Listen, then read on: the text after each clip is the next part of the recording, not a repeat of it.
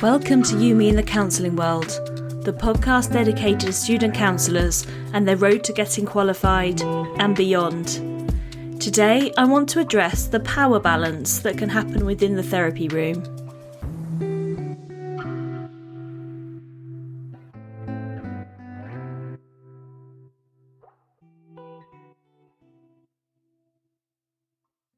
Hello, I'm back. Oh, it's nice to be with you all again.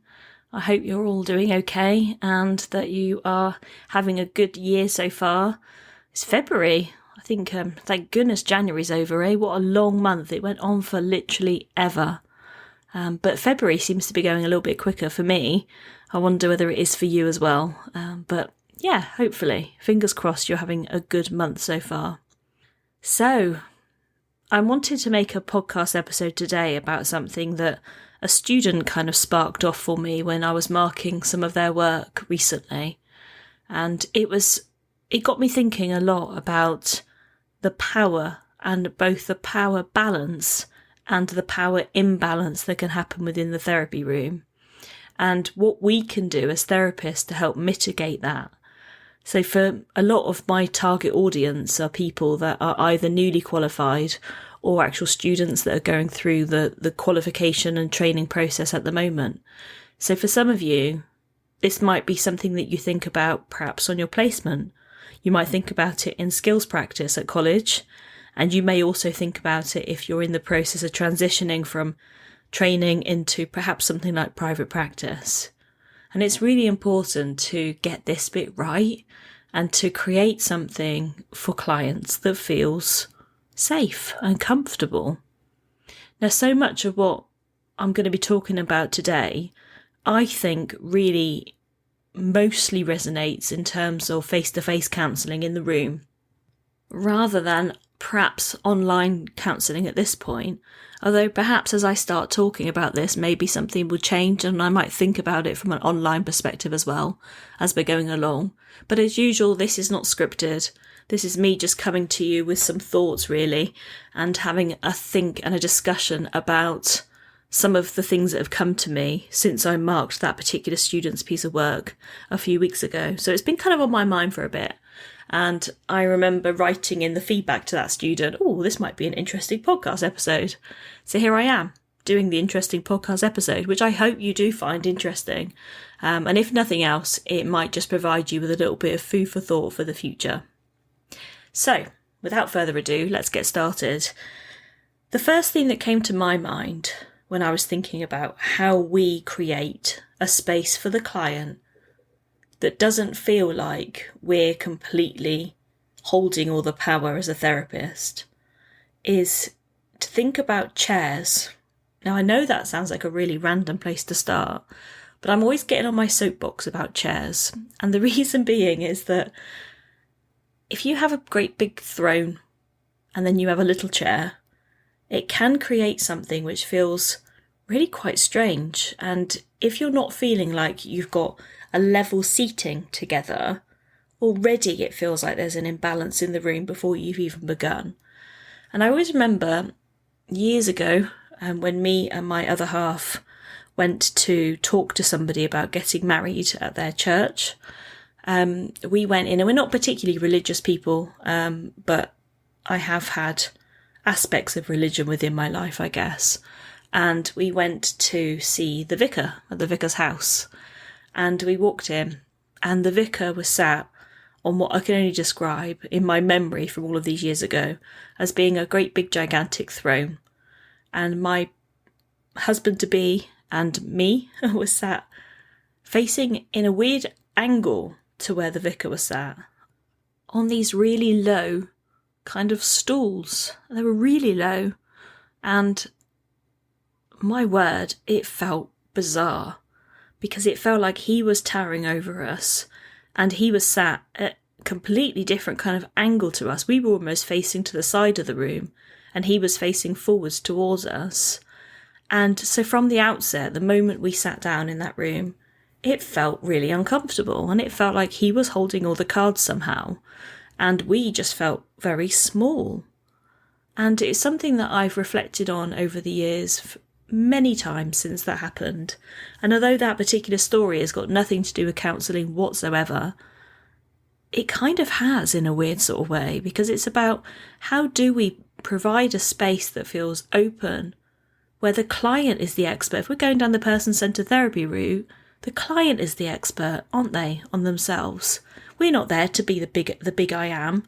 We're there to assist them, to get down in the dirt with them, to help them to understand. And in order to do that, we need a space that's conducive to them feeling like they've got this, they know themselves. We're going to help them to unpick some of that stuff. But if they're sat on a tiny stool and you're sat on a great big throne of a chair where you're higher than them, then instantly that creates a feeling of imbalance within the room, within the relationship, and within how the client themselves feels being there with you. So to me, that feels crucial. Crucial that they have some aspect of feeling like they're there as equal with you. So when you get your chairs, please make sure that they are, of similar size and similar height to each other, and that they're placed at a suitable distance apart from each other so that the client has a little bit of space, but not too much. There's a little bit. You don't want to give them loads of physical space and feel like you're miles away from each other, but you also don't want to be so close that you feel like you're going to kick each other's feet every time you move. So really play around with that. You can actually sit and do that with somebody else. Perhaps get a friend to sit in the chair and you move your other chair around to see what that feels like.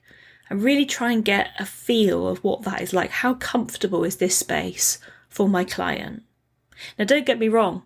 I know that sometimes on placement, we don't have a lot of control over this.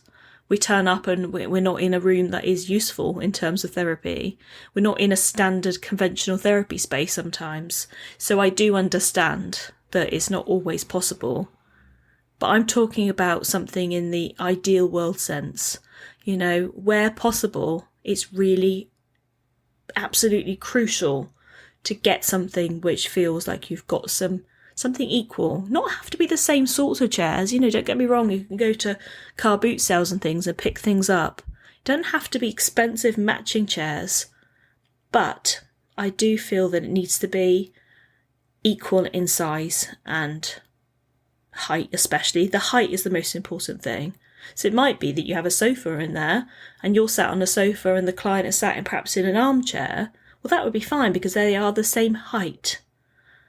But it's what happens when the client feels like they're much lower down and you're towering above them, or vice versa if they feel like they're towering above you.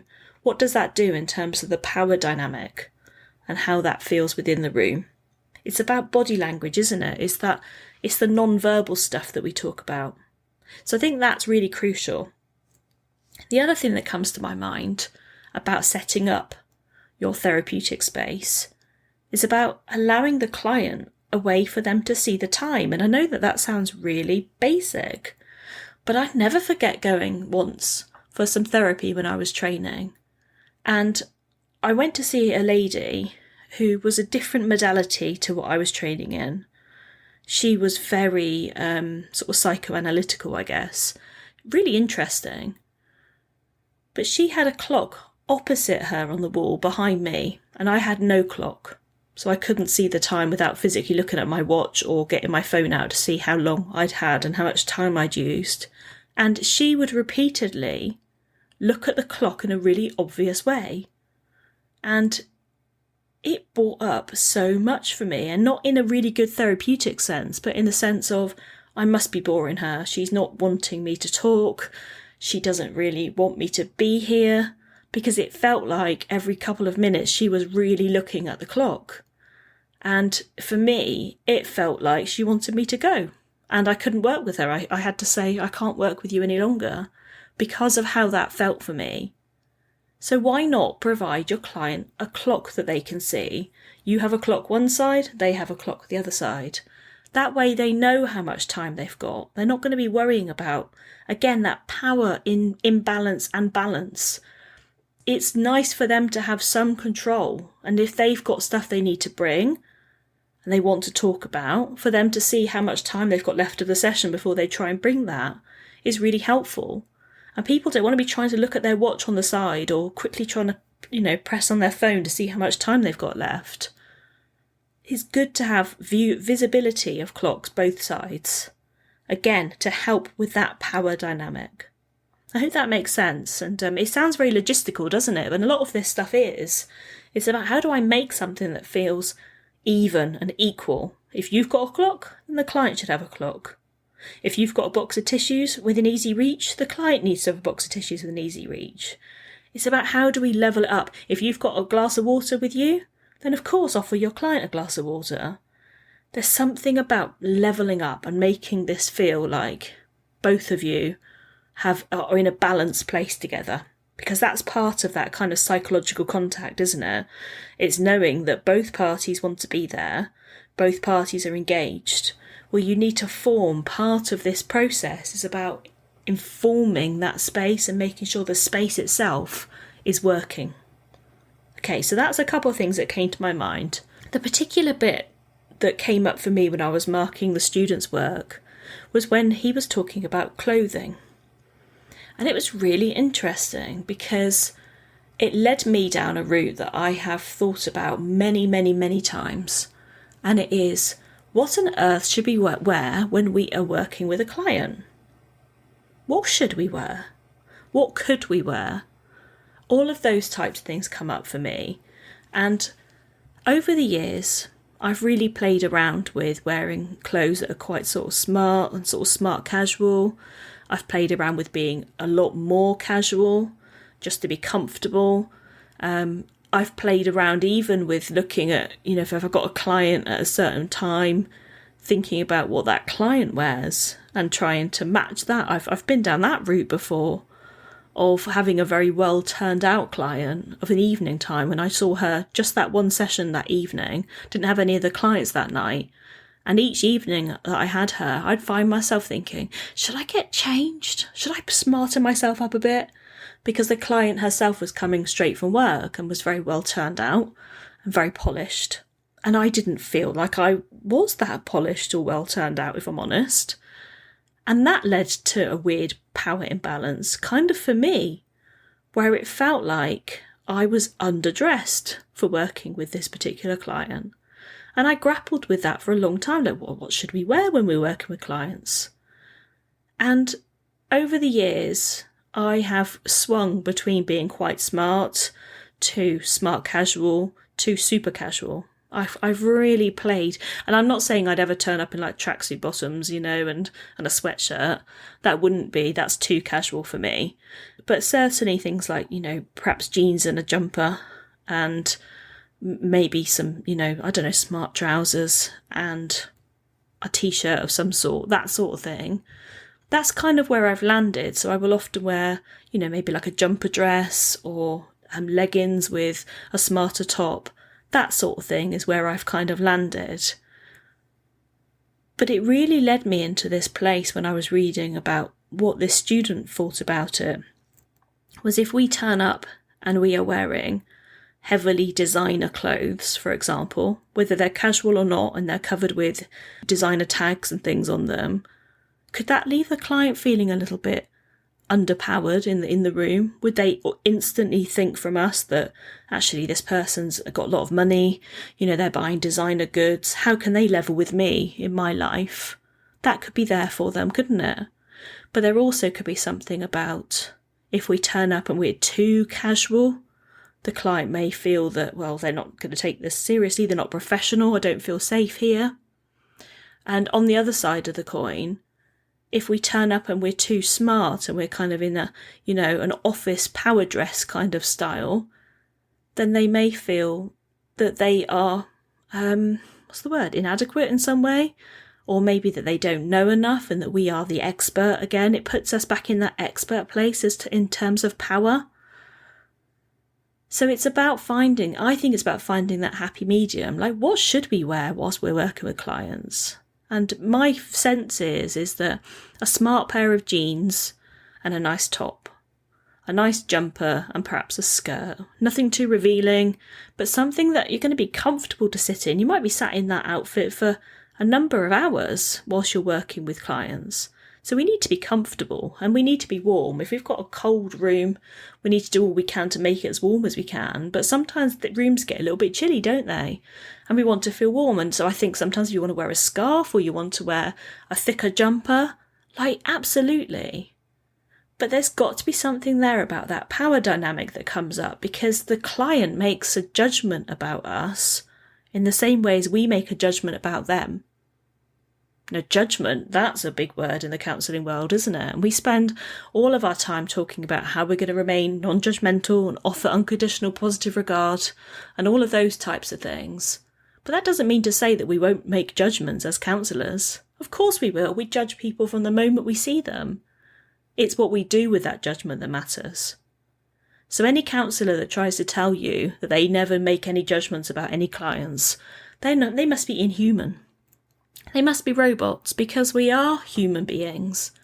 That's what makes us us, isn't it? And that's what makes this role so important, that we remain as human as we can. But I think it's important to look at, what is it I wear to create something about a comfortable, equal space, in the same way as we have a comfortable, equal seating. We need that, don't we, within our room? But we also, as counsellors, we need to know that we feel comfortable being there, that we can be ourselves. If you've got a little bit of a quirky dress sense, maybe you bring it. Maybe you bring that. What's wrong with that? So long as it's not inappropriate or offensive to anybody else, and so long as it's not too casual, because I do believe that, and it's just my personal view, but I do believe that if we turn up in full sports gear, it looks like we've just come out of the gym, that might not be conducive to the client feeling safe with us, certainly not in the first instance. I mean, of course, I said that this wasn't going to be about online, didn't I? But how many times during COVID have you worked with your pyjama bottoms on? You've been working, perhaps doing your day job in your office position, perhaps with your pyjama bottoms on and a smart top. I think we've all done that at one point or another. But it's how we present ourselves forms part of how the client sees us and sees their power and our power within the room. So it's definitely worth thinking about. What do you feel most comfortable wearing? It would be lovely for you to comment on that. And if you go over to my Facebook page, I will pop a little place where people can make comments about what they wear whilst they're doing their counselling work and what their feelings are about clothing. And like I said, those things about designer labels, that's always really interesting, isn't it? We talk about how our counselling space has to be really neutral. But if we turn up with, with a YSL top on and our Gucci trainers and their heavily branded designer items, what does that mean for the client who might have turned up straight from work and perhaps aren't feeling brilliant about themselves? It's really interesting, I think, to think about that and what that means for power, but also those very first impressions that we make on a client. The other thing I wanted to think about with this is actually about the process of reviewing our work with clients. It would be a little bit naive of us to just assume that the work that we're doing is top notch and the clients are really happy and they're getting everything that they need. So again, I think in order to address some of the power balance and the power imbalance within the therapy space, there is also something about offering a regular review with your clients. I generally, in my private practice, do a review sort of 6 sessions in, where I might say to them, how do you think this is going? How are you finding this process? Is there anything that you don't like about what we're doing? Is there anything else that you feel that you wanted to talk about we haven't yet been able to bring? And of course, the questions depend on when the review is taking place and how many sessions we've had. But I do think those regular reviews help to balance the power again, because then the client has this space to be completely true and honest about what they're experiencing within the therapy room. And they can share that with us. And we can say to them, we want to understand, have you got other things that you haven't yet been able to bring? Or I'm noticing that you haven't been able to say much about the relationship that you spoke about at the beginning when we first met, and I'm wondering what that's like and what that means to you. It's about those types of very honest conversations that I think are really important. And it gives the client back some autonomy.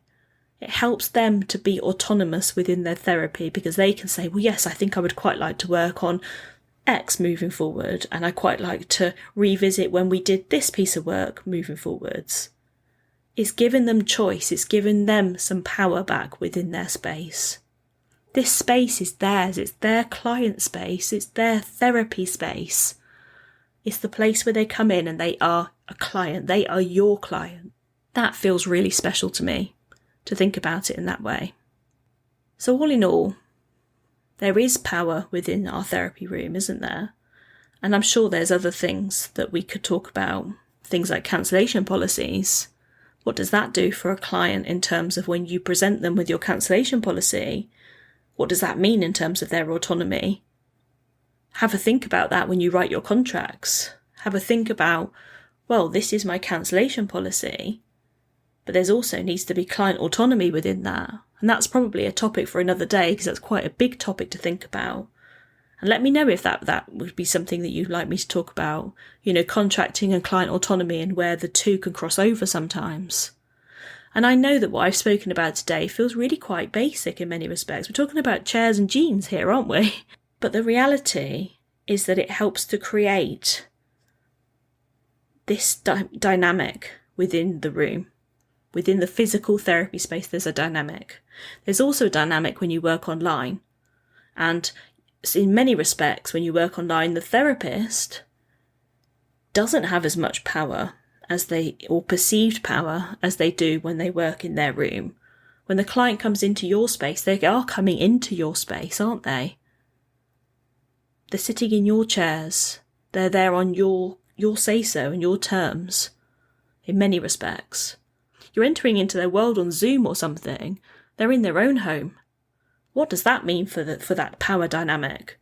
Suddenly they could have Amazon turning up, couldn't they? Or other delivery companies, of course. They could also have their dinner going on, cooking in the background. They could have their dog barking. They could get up and be walking around rather than sitting down. There is power within that is different to the therapeutic space on a face-to-face setting. And that, I think, might make a completely separate episode about, because this one's going to get really quite long. But that's something to think about, is the power dynamic online is very different to the power dynamic in a face-to-face setting. It's a good idea for a future episode. Again, let me know your thoughts. It'd be really lovely to connect with you all. Anyway, this was a quick one today, but I hope my ramblings have made some sense, and I hope it gives you something to reflect on when you're thinking about your own therapeutic space and what you provide.